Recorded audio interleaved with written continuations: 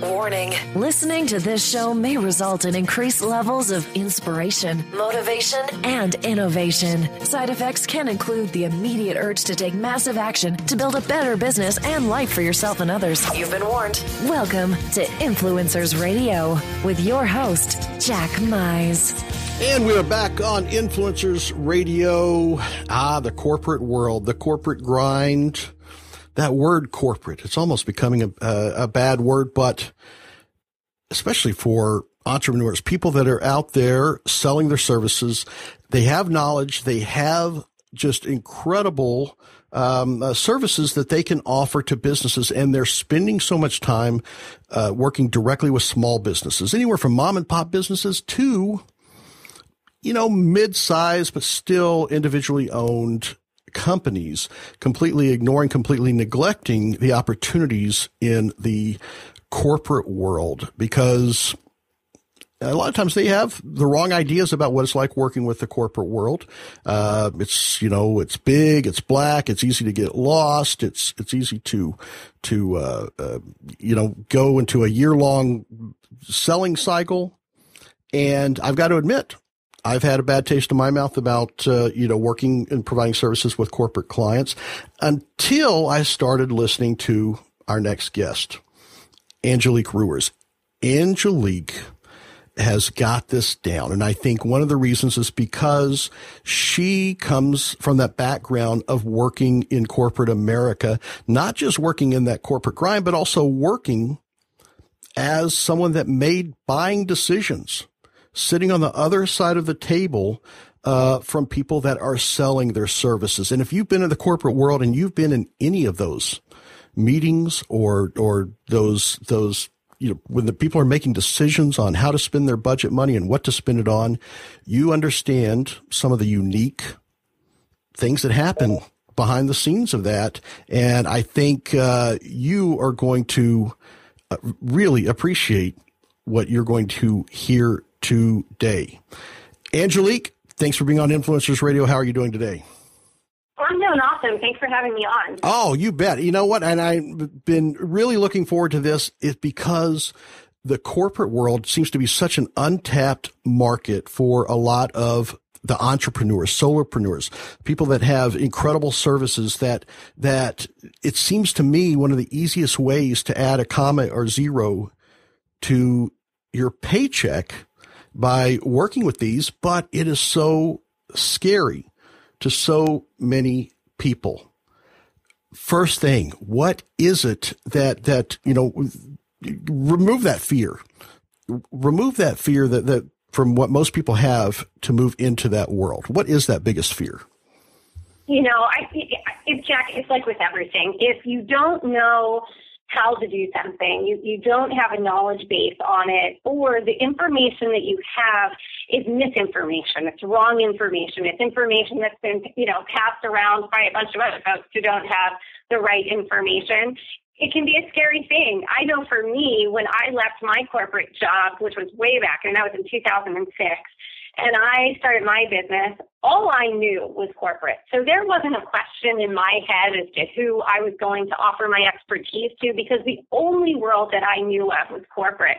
And it was interesting because it was actually that solopreneur, that self-employed world that I knew nothing about. I didn't know about all the mentors out there in the programs. I didn't know anything about marketing funnels or info products or any of that stuff. And it was funny because when I first got introduced to that side of things, I had a lot of fear and anxiety about going in that direction.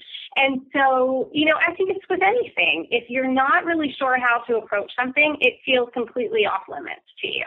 So a big part of my mission is just to at least make sure people have the right information, as accurate of information as possible, and then they can make the best decision, a smart decision for what's going to be right for them in their business. But I hate when people make that decision from a place of either lack of information or misinformation. Well, I think that's really interesting one, because, we have a lot of folks that listen to this show that are in the corporate world. There's people that think of it. To me, I call it the prison of comfort, right? They want to move out and do something else. They know they have something bigger to offer, but they feel that coming from that corporate world is an impediment to their success. And oftentimes they do dive into that other world of what they think is, or what that you're supposed to do as an entrepreneur.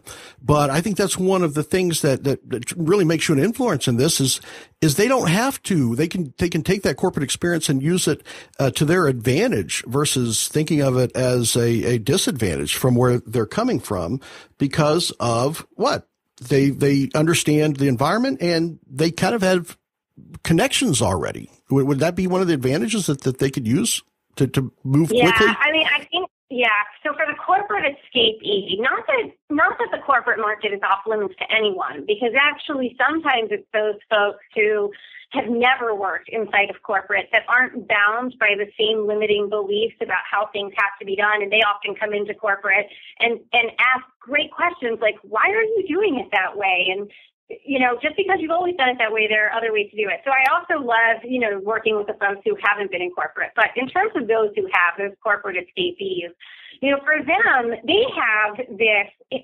natural ability to understand how companies work because they've seen it firsthand. They tend to have a great, quote unquote, Rolodex to pull from. Even if those aren't the people they want to sell to, they are known by name. That is so critically important. It really gives them a leg up that they know people by name and they can get in, they can get contact information. They're not really seen as an outsider. The sad thing, I think, for a lot of corporate escapees is that the best time for them to actually go full throttle and make some killer money selling their expertise back to companies is actually right after they leave, because that's when they have tons and tons of connections and their relationships are still really strong with their former coworkers and they're still kind of seen as someone who's in the know.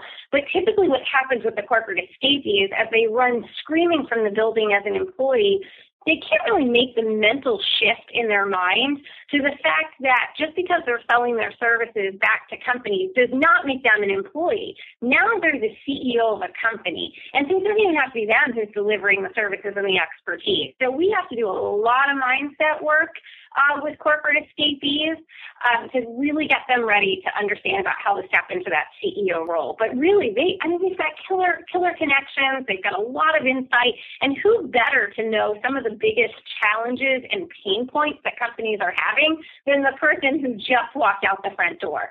So we love to get our hands on people as soon as they're leaving corporate. But the first place we have to start typically is actually readjusting the mindset and really helping them have a degree of perspective and separation so that they're not so sort of, they're not coming from a place of emotional decisions. Yeah, but I think that's for everybody, Jack. You can't be making business decisions emotionally. You have to make them strategically. Yeah, well, that's definitely, I can see that as being one of the biggest roadblocks that people leaving the corporate world have. Now, you mentioned about the people that don't come from the corporate world and how they can actually use some of that to advantage. Because one of the things that I see that people that have never been in the corporate world or don't understand that world is they focus exclusively on selling to more, smaller, independent business owners. They market and try to get in directly to the owners of businesses. And, from what I've seen that, you've been able to do with your clients and the people that you work with in this is you've been able to show them that it's the same amount of work to do the same thing and provide the same services that they're providing for those small business owners, only to corporations, and their fees can be amplified tremendously by that. So what's the biggest roadblock that you see the people that don't come from a corporate background, those misconceptions that they have, in diving right in and offering their services to corporations? Without question, the biggest roadblock is back to the mindset again of, why I don't want to work for corporate. Corporate's bad. It takes too long. You mentioned in your opening remarks about a year-long sales cycle. I have never met an expert who sells their services, health and wellness, leadership, communication, coaching, work-life balanced, even, folks who focus on more traditional business things. One of my clients is a process improvement expert.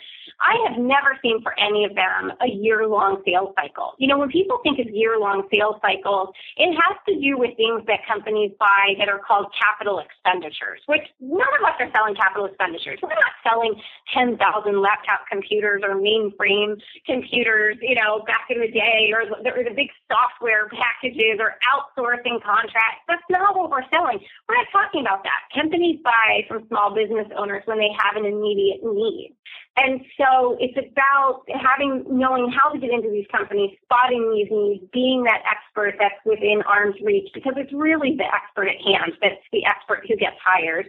And so it's really understanding that. But, we're looking, the sales cycle, just to give people an idea, is anywhere from 24 hours, which I've personally and my clients have personally been part of 24-hour sales cycles, to, 3 months, 4 months. But we're not talking about a year. But those are the kinds of shifts where people who are out there who are used to dealing with corporations on these big, $50 million type contracts, sure, that's going to be a year-long process. But when you're an expert who's a coach or a leadership development or a work-life balance expert or health and wellness, companies are bringing you in because they have a big event coming up, a big meeting. They want to bring an expert in, or they're finding that a bunch of their really quality people are walking out the door because they're overwhelmed and burnt out. So they want to quickly bring in an expert to work with those people to get them back, staying with the company, highly engaged. Or maybe they have a team that's in the middle of major conflict and they want to work with a coach who can help people work with that. Or they've got an expert who's going to have to go out and give a presentation from their company, and that person doesn't know how to present. They want to work with either a body language expert or a presentation expert. But these things happen quickly. They're buying because they have a need right then and there. So it's about helping, really first step, Jack, is us helping people understand what it is that they're even going to sell to corporate. Then it's about teaching them how to do it, how to get contact information, who do you contact, really the mechanics of doing it. And then the last piece is back to mindset, the mindset that you need to have as you're working with companies, because a big mindset that you need to have is they're not doing you a favor by hiring you. This is an opportunity for them to get incredible expertise, typically at a bargain, because they're working directly with you. You're the expert in your field. You're able to come in and get a result for them very quickly. And really the whole process should be just as much as you looking at this company saying, gosh, are they really qualified to work with me? Are they serious about getting this transformation for their department or for their team? Are they really ready to commit to working with me? Because I'm an expert and I'm not going to take on any client. So it's about switching that mindset and really balancing out the power in the whole process. And one of the other, big obstacles is teaching people how to get away from the proposal, because the proposal is the kiss of death. And so a big part of what we do is teach people how not to use proposals in order to close opportunities. They only have them signed off a piece of paper. So that's a big obstacle as well, and we really have to break people off of, this concept of when they ask if you'll put together a proposal, you giving the answer yes, because that's the absolute wrong answer. So, there's a lot of mechanics that we have to teach. But here, what's really funny is when people start practicing those mechanics and they actually go out and do it, I always get the response from people of, that was so much fun. The company just paid me $20,000. I went in, I did a 2-day workshop. Now they want me to come back and do something else for them. They were awesome. They paid their bill on time.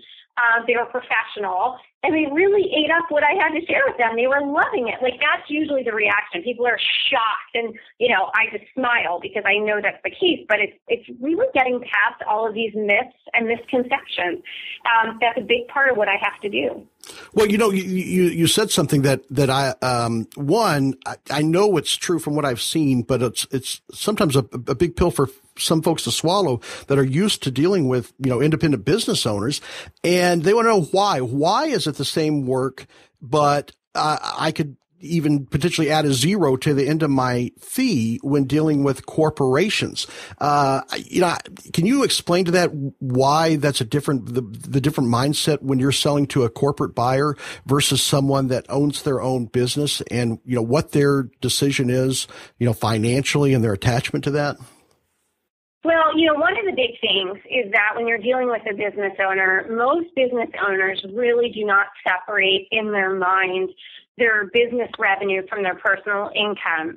So when they're bringing in that money and they're deciding what to do with that money, they're really looking at those dollars as their personal income. Are they going to go on vacation with their family, or are they going to reinvest that money back into the business? And quite frankly, there are still way too many self-employed people out there who don't even logistically separate their money. I mean, I could not believe that I run into experts still today who have one checking account and don't have a separate business bank account and a separate personal bank account, which just, forget for a second the liability issues and the tax issues around that. And just from a mindset perspective, that if you're not even taking that step to separate between the two, that really is an immediate indication that you're not thinking of yourself as a business owner, but truly thinking of yourself as self-employed. So I just want to flag that for everybody because I feel absolutely adamant about that. On the corporate side, though, this is not their personal money. They're going to get paid by and large the same amount, whether or not they choose to invest in your services or your expertise. The only difference would be the sales department, that if you're somebody who's coming in and you have some type of technique or strategy or approach or mindset that's going to help the sales team close more sales, then they're going to actually make more money by working with you. But generally speaking, if they're choosing to invest in your expertise coming in to work with them or their people, they only stand to make more money, not less money. And so that's a really kind of nice place to be, because you're not getting these crazy objections coming out of fear. I mean, how many times do we try to sell our expertise to a small business owner and it's exactly what they need, and they won't invest because they're coming from a place of fear, because that's taking their personal money. So I really love, for me, being able to have much more of a business conversation about the investment is actually a nice place. And for those of you who frequently hear that statement, I would really love to work with you, but I just can't afford it right now. But as soon as I get another client, if I could just get one coaching client, I would work with you. How many times do we hear that, except it doesn't happen. They don't come back to work with us. And it's a real frustrating place. And I know there's just a lot of experts out there. There are a lot of people who have advanced degrees. They have 10, 15, 20 years of experience doing what they're doing, and right now they're really working for pennies. And I think that's a travesty. I think that's an absolute travesty. Meanwhile, I was just up in New York City about 3 or 4 weeks ago. I was in a room. I met privately with about 10 different major corporations, and then I was in a room with about 100 senior level people, for CEO of JCPenney's and, just high level people. And one of the biggest things that they are struggling with is finding outside experts, particularly women-owned businesses, minority-owned businesses, veteran-owned businesses, disadvantaged businesses, which, by the way, is, most business, self-employed businesses would fall in that last category. And really being able to find experts to buy from that will support the growth of their company and help them support their goals. They're actively looking. And so it's really fascinating to me that on one side you have companies who have a lot of problems to solve inside their business. They want innovative solutions.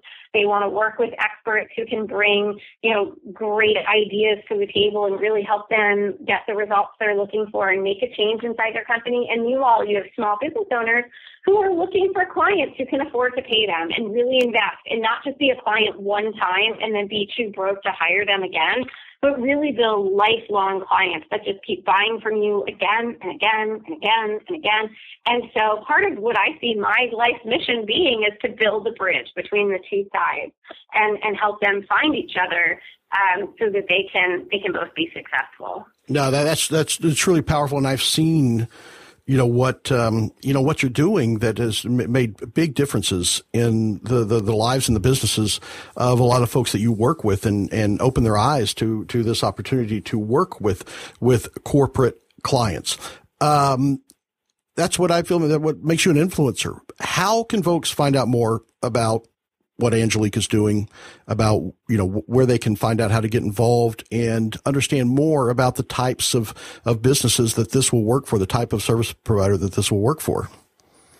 Yeah. So the best thing to do is we have a really great report right on our website, which is thecorporateagent.com, thecorporateagent.com. There's a free report on there with 13 different strategies to actually get yourself inside of these companies.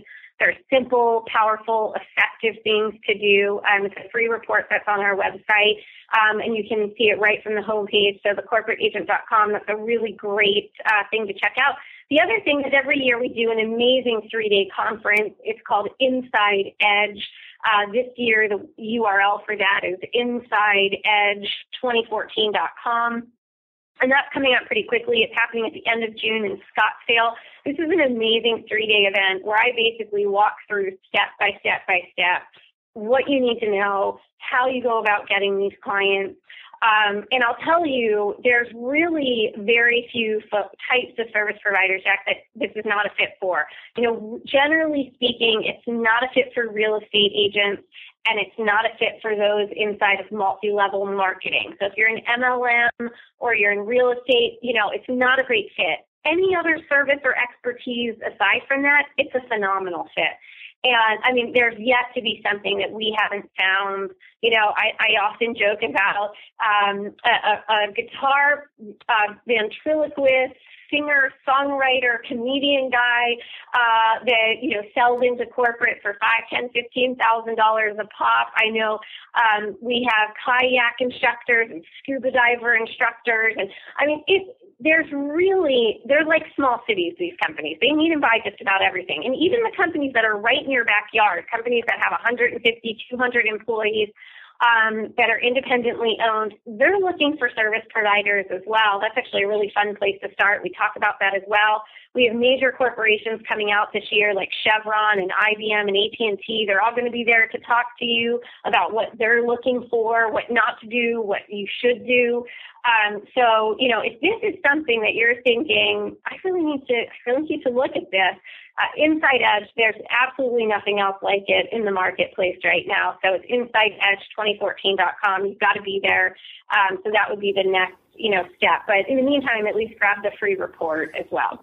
I got to say, what you just talked about, that's what makes you an influencer, because you have the opportunity, things that people thought were beyond their reach in their business. And that's exactly kind of what you show them the path to do. Angelique, I want to thank you very much for being on Influencers Radio today, and would love to have you again because there's so much more that we can go into. Absolutely. Happy to do it. All right. Great. Folks, check it out. Get the free report. It's going to open your eyes onto what the possibilities are and the services you provide. And you can go on to influence these companies and the employees that work there as well, and make yourself an influencer. So until next time, remember, you are the only real game changer. You've been listening to Influencers Radio. To get all past shows and updates on future shows, visit influencersradio.com today or follow us on Facebook at facebook.com/influencersradio.